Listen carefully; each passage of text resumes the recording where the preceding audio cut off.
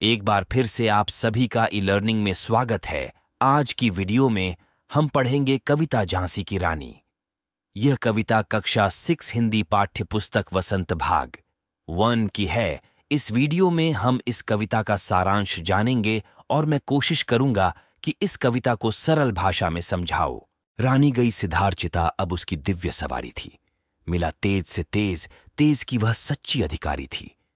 अभी उम्र कुल 23 की थी, मनुज नहीं अवतारी थी।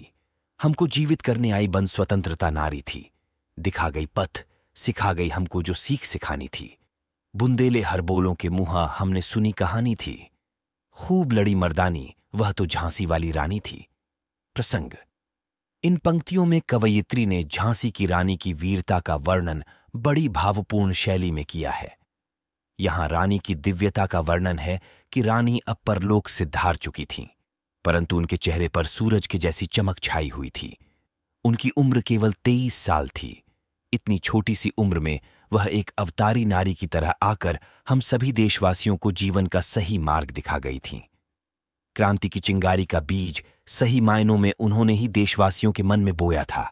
व्याख्या। झांसी की रानी लक्ष्मीबाई स्वर्ग सिद्धार गई।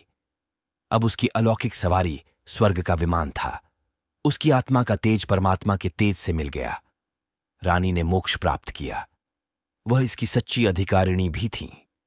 23 साल की उम्र में उसकी वीरता को देखकर ऐसा लगता था कि वह कोई मनुष्य नहीं थी, बल्कि अवतार लेकर कोई देवी आई थी। वह स्वतंत्रता की देवी हमें एक नया जीवन देने आई थी। वह हमें स्वतंत्रता का रास्ता दिखा गई और अपने देश को स्वतंत्र कराने का पाठ पढ़ा गई। बुंदेलखंड के हरबोले इस कहानी को गाते हैं कि वह मर्दों जैसे युद्ध करने वाली रानी जो बड़ी वीरता से लड़ी थी, झांसी की रानी लक्ष्मीबाई ही थी। जाओ रानी, याद रखेंगे ये कृतज्ञ भारतवासी। ये तेरा बलिदान जगावेगा स्वतंत्रता अविनाशी। होवे चुप इतिहास, लगे सच्चाई को चाहे फांसी।